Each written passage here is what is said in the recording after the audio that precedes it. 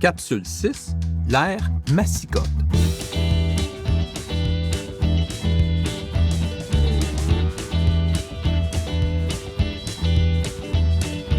La période 1976 à 1995 est avant tout sous le signe de la spécialisation et la consolidation des fermes.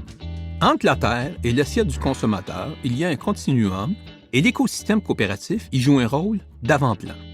Les premières coopératives d'utilisation de machinerie agricole, appelées CUMA, déjà très présentes en France, sont constituées au Québec au début des années 1990. Les coopératives laitières occupent une place grandissante dans le lait de consommation. Les produits laitiers et le porc sont également davantage présents sur les marchés d'exportation. L'expansion de Solio ne se dément pas par le truchement de nombreux achats. Son rayon d'action s'élargit et ses acquisitions traversent les frontières du Québec pour s'étendre en Ontario et aux États-Unis. Pour l'organisation, la finalité reste la même: assurer aux agriculteurs québécois un contrôle sur leurs sources d'approvisionnement ainsi que sur la transformation et la mise en marché de leur production.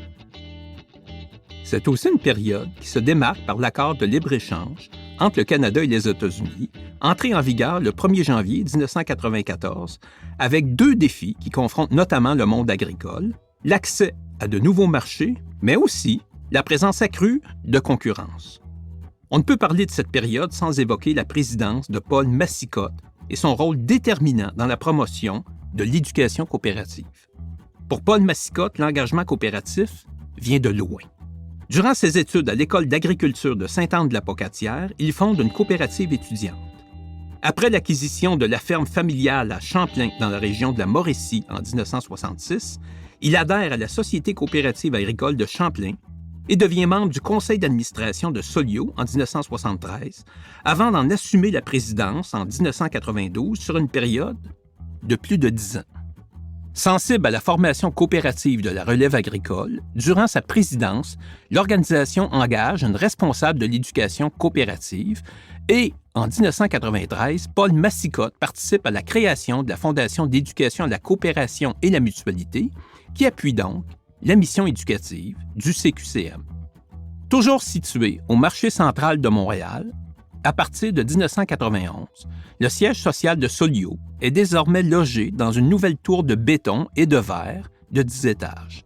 Ses effectifs connaissent une forte croissance avec un sommet historique de 5 874 employés en 1992. Dans le secteur laitier, en 1990, Solio et 5 coopératives constituent le groupe Lactel, qui, au moment de sa création, transformait 25 % de la production laitière au Québec. De son côté, Agropeu s'associe à Purdel pour créer Natrel Inc. Dans le secteur des viandes, la consolidation se poursuit avec une entente de principe signée avec le groupe Olympia en 1991 et donnera naissance à une société en commandite du nom d'Olimel, qui ne devient rien de moins que le principal exportateur canadien de porc en 1995. Dans le secteur avicole, les fusions-acquisitions se multiplient également. En 1993, la division avicole porte le nom d'Aliments Flamingo et on compte parmi les clients les rôtisseries Saint-Hubert. Soucieux de donner accès aux producteurs aux avancées de la connaissance, durant cette période, Solio constitue Technochamp, la plus grande ferme de recherche en production végétale privée au Québec, qui a pour mission de développer des variétés et de mettre au point des régies de culture adaptées aux conditions agronomiques de la province. C'est à Sainte-Martine que débutent en 1979 les premières recherches en production végétale. Dans un tout autre registre, c'est en 1977 que Solio ouvre son premier centre de distribution de quincaillerie à Trois-Rivières.